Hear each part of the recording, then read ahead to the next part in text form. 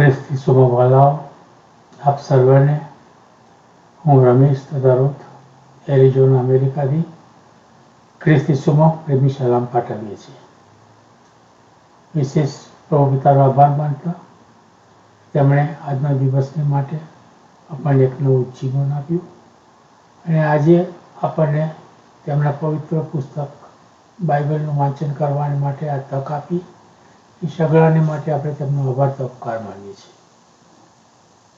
Please અમારી ચેનલને like કરો, સબસ્ક્રાઈબ કરો, પોતાના મિત્ર વર્તુળ અને ગ્રુપની અંદર શેર પણ કરો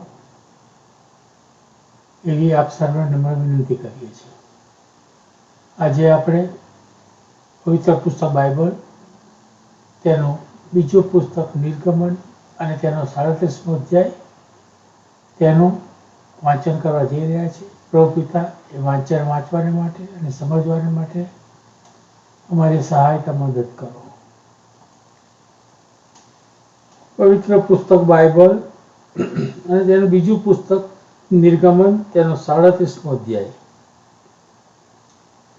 અને બજાવેલે બાબરના લાકડાનો કોષ બનાવ્યો. તેની લંબાઈ 2.5 હાથ તથા તેની પહોળાઈ 1.5 હાથ તથા તેની ઊંચાઈ 1.5 હાથ હતી. અને તેણે તેને અંદરથી તથા બહારથી ચોખ્ખા સોનાથી મળ્યો તથા તેની આસપાસ સોનાની કિનારી બનાવી. અને તેણે તેને 4 પાયાએ સોનાના 4 કડા ઢાળ્યા. એટલે તેની એક બાજુએ 2 કડા તથા તેની બીજી બાજુએ 2 કડા. અને તેણે 52 લાકડાના દાંડા બનાવ્યા તથા તેઓને સોનાથી મળ્યા. અને તેણે કોષને ઉચ્ચક વસાવ્યું, તેની બાજુ પરના કડામાં તે દાંડા ગાળ્યા. અને તેણે ચોખ્ખા સોનાનું દયાસન બનાવ્યું. તેની લંબાઈ 2.5 હાથ તથા તેની પહોળાઈ 1.5 હાથ હતી. અને તેણે સોનાના 2 કરૂબો બનાવ્યા. તેણે તેમને દયાસનને બંને છેડે ઘડતર કામના બનાવ્યા. એક છેડે 1 કરૂબ ને બીજે છેડે 1 કરૂબ. તેના 2 છેડા પરના કરૂબો તેણે દયાસનની સાથે સળંગ બનાવ્યા. અને કરૂબોએ પોતાની પાંખો ઊંચે ફેલાવીને પોતાની પાંખો વડે દયાસન પર આચ્છાદન કર્યું. ને તેઓના મુખ સામસામા હતા. દયાસનની તરફ કરૂબોના મુખ હતા. અને તેણે 52 લાકડાની મેજ બનાવી. તેની લંબાઈ 2 હાથ તથા તેની પહોળાઈ 1 હાથ તથા તેની ઊંચાઈ 1.5 હાથ હતી. અને તેણે તેને ચોખ્ખા સોનાથી મળી. ને તેની આસપાસ સોનાની કિનારી બનાવી. અને તેણે તેની આસપાસ સોનાની 4 આંગળ પહોળી પાડ બનાવી. ને તે પાડની આસપાસ સોનાની ધાર કરી. અને તેણે તેને સારું સોનાના 4 કડા ઢાળ્યા. ને તેના 4 પાયામાંના 4 ખૂણામાં તે કડા ગાળ્યા. મેજ ઉચકવાના દાંડાની જગ્યાએ એટલે કડાએ કિનારી નજીક હતા. અને તેણે મેજ ઉચકવા સારું 52 લાકડાના દાંડા બનાવ્યા. ને તેઓને સોનાથી મળ્યા. અને તેણે મેજ પરની સામગ્રી એટલે તેની થાળીઓ તથા તેની કળશીઓ તથા તેના વાટકા તથા રેડવા સારું ચોખ્ખા સોનાના પ્યાલા બનાવ્યા. અને તેણે ચોખ્ખા સોનાનું એક દીપવૃક્ષ બનાવ્યું. ઘડતર કામનું દીપવૃક્ષ તેણે બનાવ્યું. એટલે તેની બેઠક તથા તેનો દાંડો, તેના ચાળા, તેની કડીઓ તથા તેના ફૂલ તે તેની સાથે સળંગ જોડેલા હતા. અને તેની બાજુઓમાંથી 6 શાખાઓ નીકળતી હતી. એટલે દીપવૃક્ષની 3 શાખાઓ તેની એક બાજુ હતી તથા દીપવૃક્ષની બીજી 3 શાખાઓ તેની બીજી બાજુ હતી. એક શાખામાં બદામ ફૂલના આકારના બનાવેલા 3 ચાળા, 1 કડી તથા 1 ફૂલ. અને બીજી શાખામાં બદામ ફૂલના આકારના બનાવેલા 3 ચાડા, 1 કડી તથા એક ફૂલ. એ પ્રમાણે દીપ વૃક્ષમાંથી નીકળતી 6 શાખાઓનું હતું.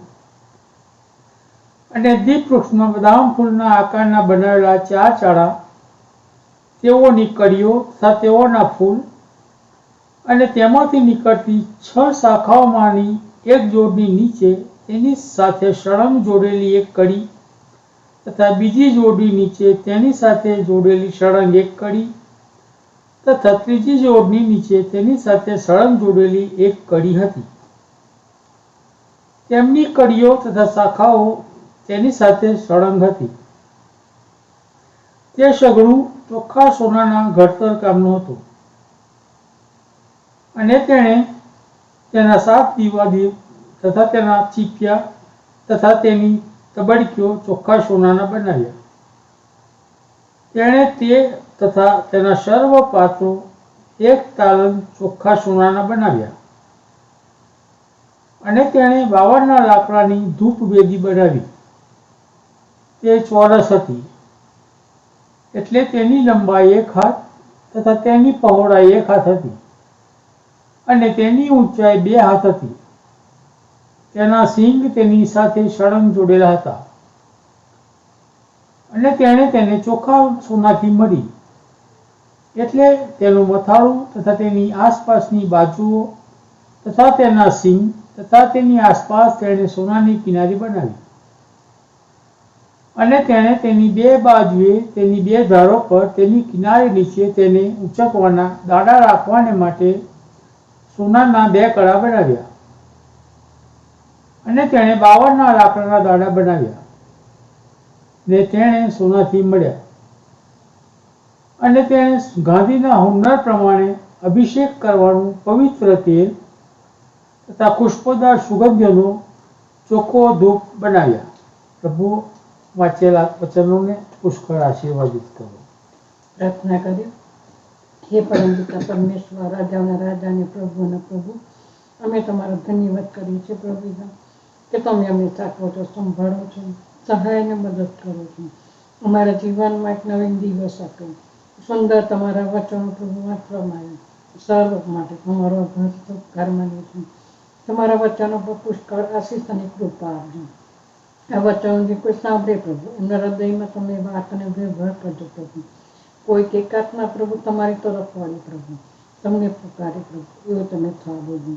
જ્યાં કંઈ પ્રભુ લોકો ઘણી બધી મુશ્કેલીમાં છે, પ્રશ્ન છે, ત્યારે પ્રભુ પિતા તમે સર્વના પ્રશ્ન વિટંબણાઓ તમે દૂર કરજો. જે લોકો બીમાર છે તેઓને તમે સાજાપણું આપજો. દુઃખિત પરિવારની દિલાસો આપજો પ્રભુ. અને પ્રભુ નિરાધાના આધાર તમે થજો. એ મોન્સ માટે માગીએ છે પ્રભુ, મનના દીકરા માટે કે જે કંઈ એની પ્રભુ ગરમી નીકળી છે, ત્યારે પ્રભુ એ દીકરાને પણ મેં તમારી પાસે લાવી છે કે દીકરાને પ્રભુ તમે સાજાપણું આપજો. દીકરો પ્રભુ વહેલી તકે સાજો થાય એવું તમે થવા દેજો. ચકા માટે પણ માગીએ છે પ્રભુ, એને પણ તમારા સાજાપણાની જરૂર છે, ત્યારે દીકરાની પર તમારો તંદુરસ્ત હાથનો સ્પર્શ કરો અને સાજાપણું આપો અને એને રજા મળી એવું તમે થવા દેજો. અમારી સાથે પાસે રહેજો પ્રભુ. અમારા દેશને પ્રભુ તમારા હાથોમાં સોંપાયો છે. અમારા પ્રેસિડેન્ટને પણ પ્રભુ તમારા હાથમાં સોંપ્યો છે. જે કંઈ એમની જવાબદારી છે, જવાબદારી અદા કરવાની નથી પ્રભુ, તમે તેઓની સહાયને મદદ કરજો. અમારા સહગ્રહવાલાઓને પણ તમે સાથે પાસે રહેજો. વિશેષ પ્રભુ તમે મારા મમ્મી પપ્પાને સાચવો છો, સંભાળો છો, એમની લાકડી બનો છો, એના માટે પણ અમે તમારો પુષ્કળ આભાર માન છે. દરેક વડીલો માટે પણ માંગીએ છીએ પ્રભુ કે તમે સર્વની સહાયને મદદ કરજો, સાથે પાસે રહેજો. આજે કંઈ માંગ્યું પ્રભુ, અમે તમારા દીકરા ઈસુ ખ્રિસ્તના જયના નામથી માંગીએ છીએ. સાંભળો અને સ્વીકાર કરજો. આમેન.